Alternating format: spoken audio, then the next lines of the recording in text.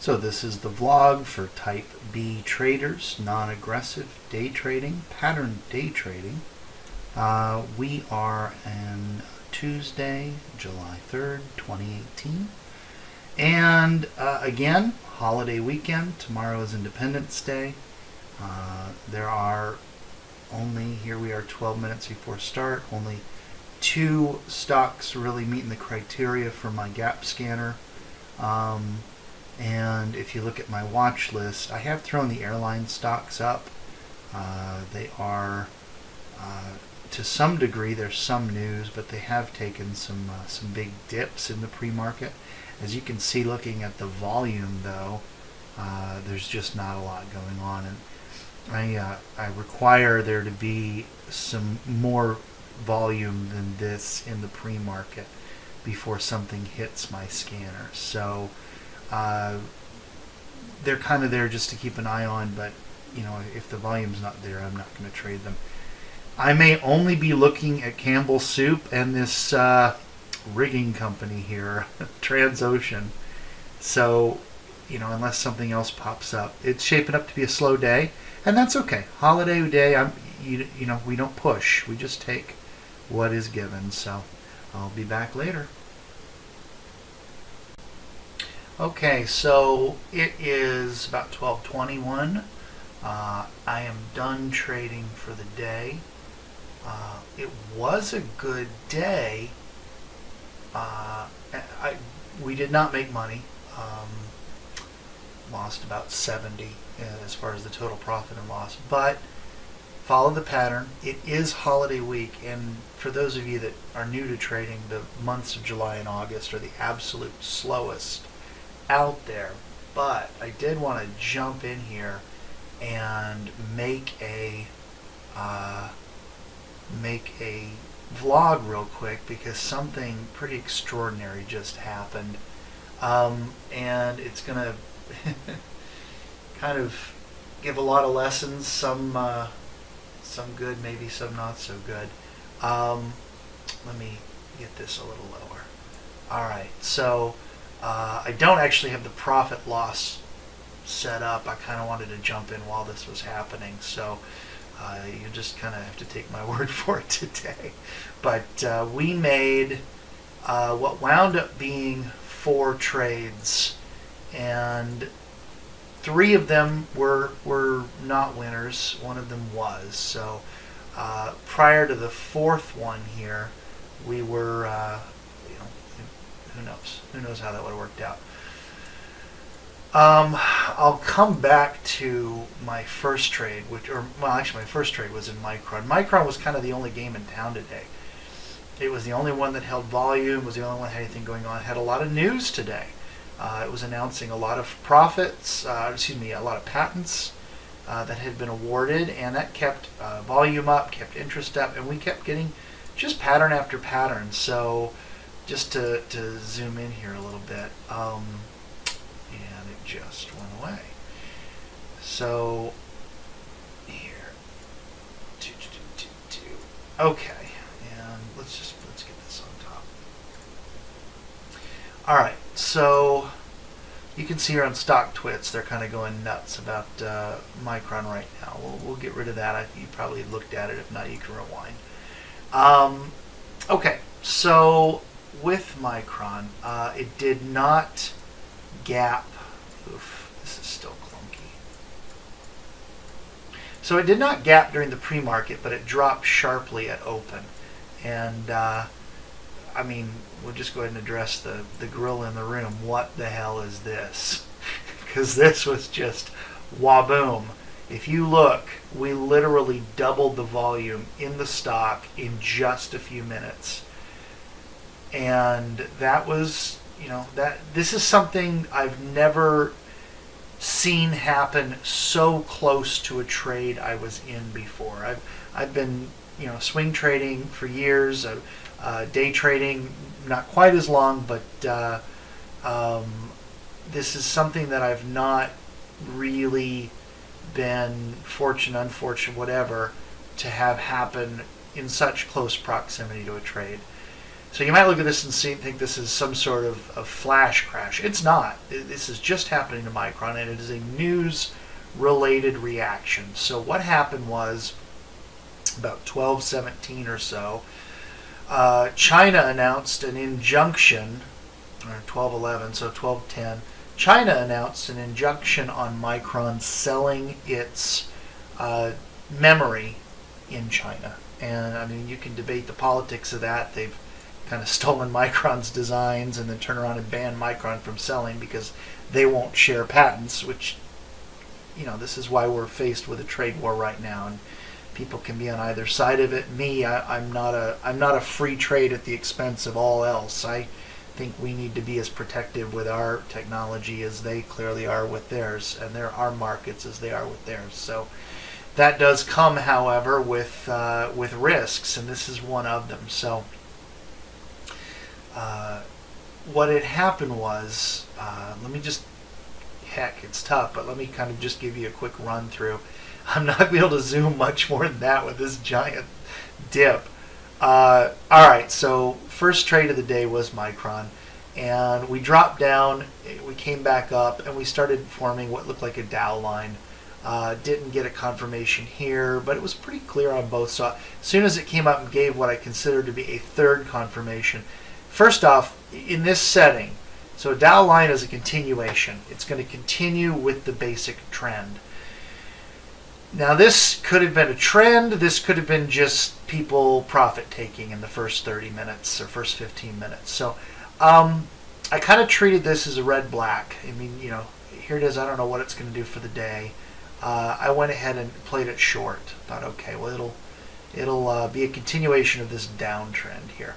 So what actually happened was, you know, this is the trend, the up, and it was a continuation of the up. So I got out, got stopped out. It was about a 15-cent gap because I actually, when I entered lower than I should have, and so lost a little bit here.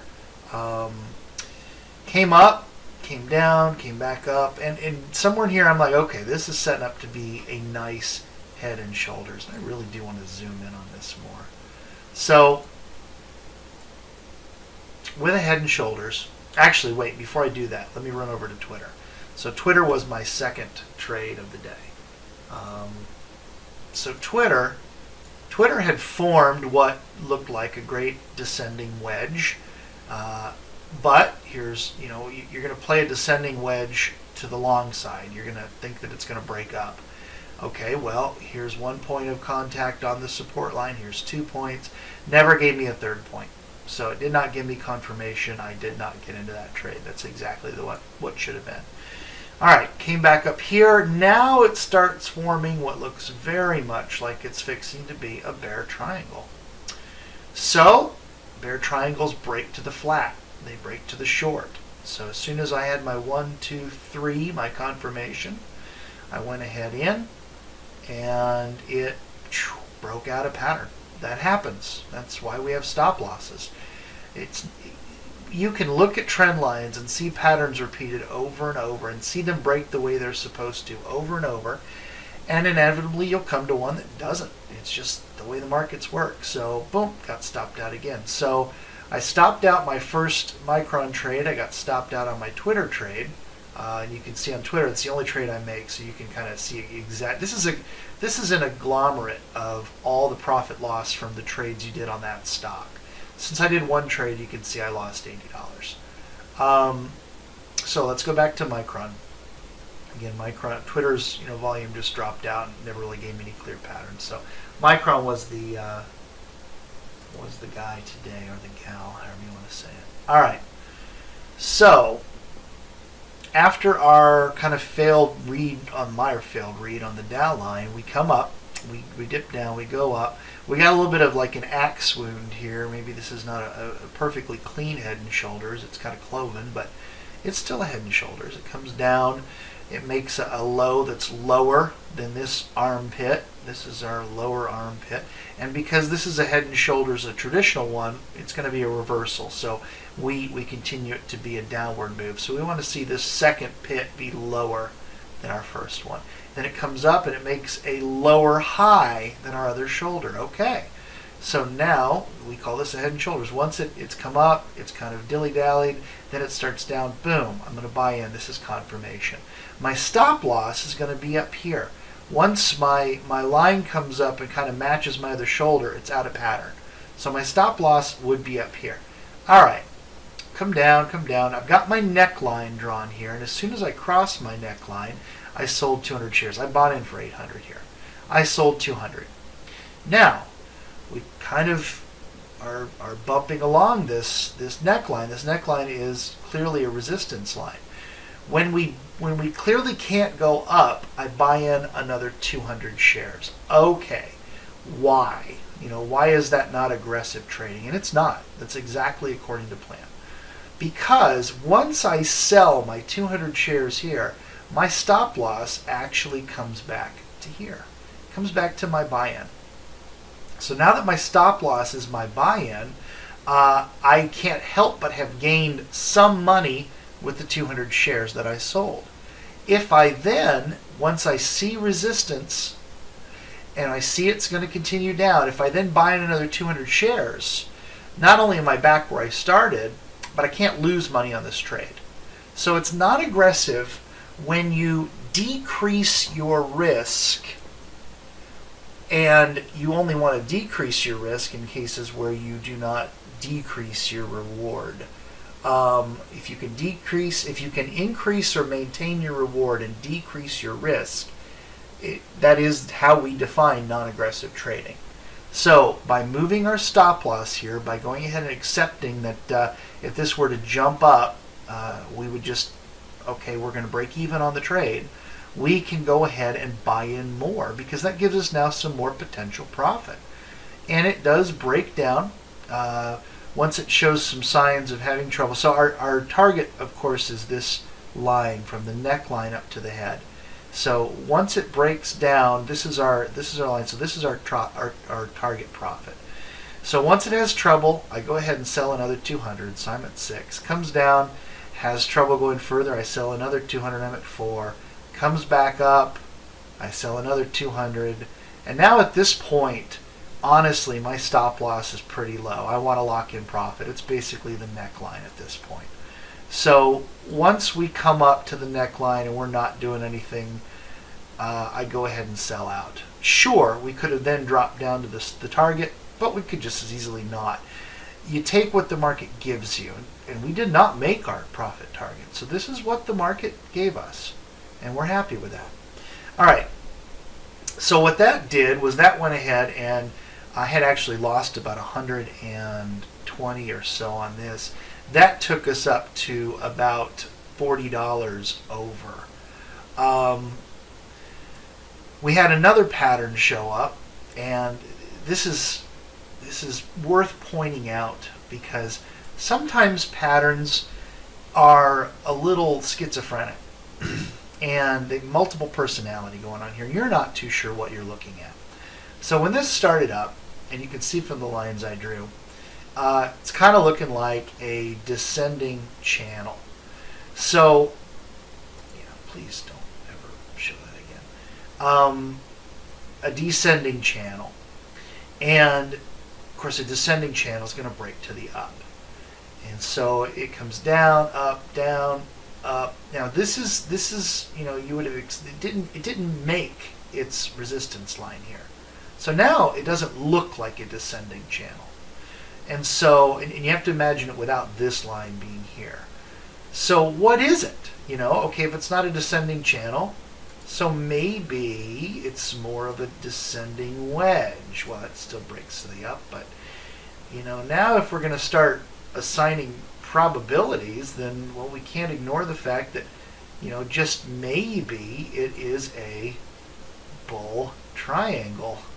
Okay, well, that's going to break to the down. And so at this point, I don't know what this thing is. If it was, honestly, I don't want to say, well, it broke down, so it's a bull triangle. It's not. It's a mix. It's a hybrid. And that meant, honestly, red-black play, could have done whatever. I'm not willing to risk a red-black play on this. I do a red-black play when there's a very tight range, like when we have a symmetrical triangle that's winnowed itself down to a tight point, it's going to go either up or down. I'm not going to lose much on that. That's a great red-black. This, with a huge range here, not so much. If it had winnowed itself down a little more, maybe I could have figured out some way that this fit a pattern I was comfortable with.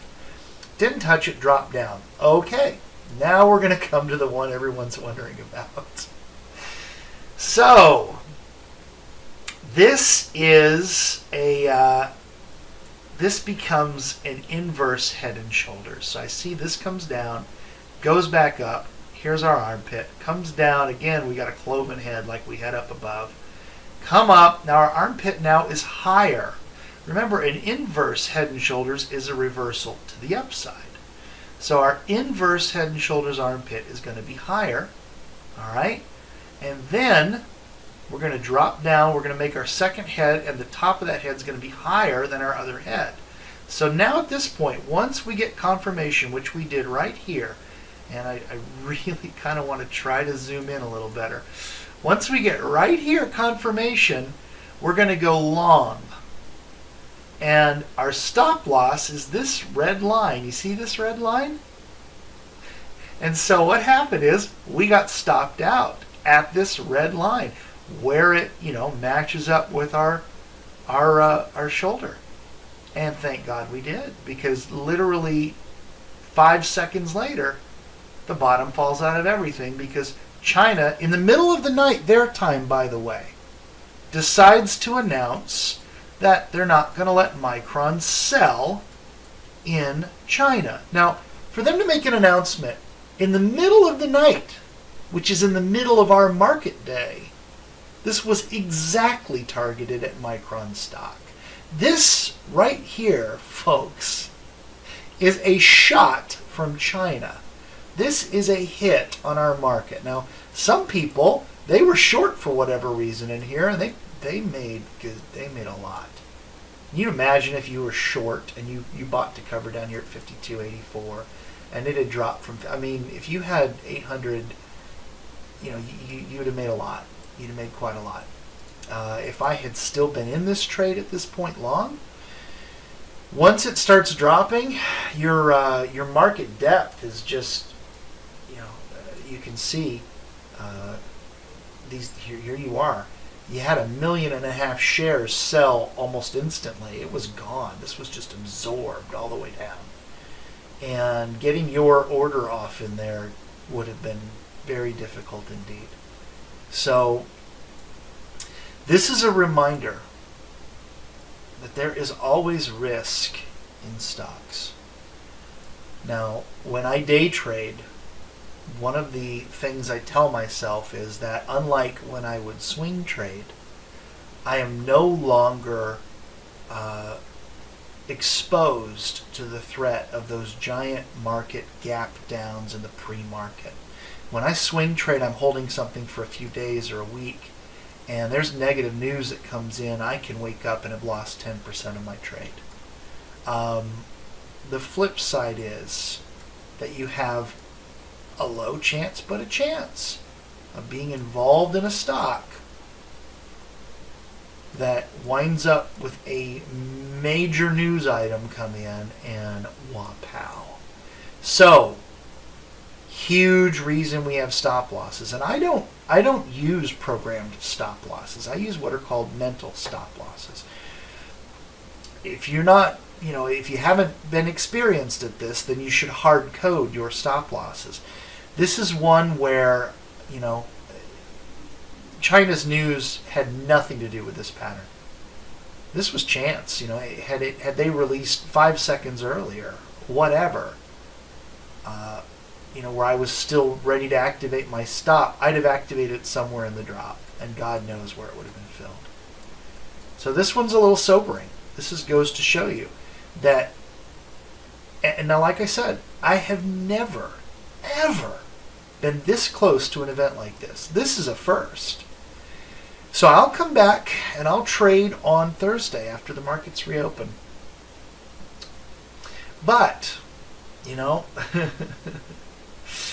China's out there, the EU's out there, and this just shows that if they're willing to announce in the middle of their night a court finding, which clearly could not have happened in the middle of the night, Had to have happened yesterday. They kept it hushed and they announced it tonight. Targeting our market. They're targeting me. This kind of makes the trade war a little personal.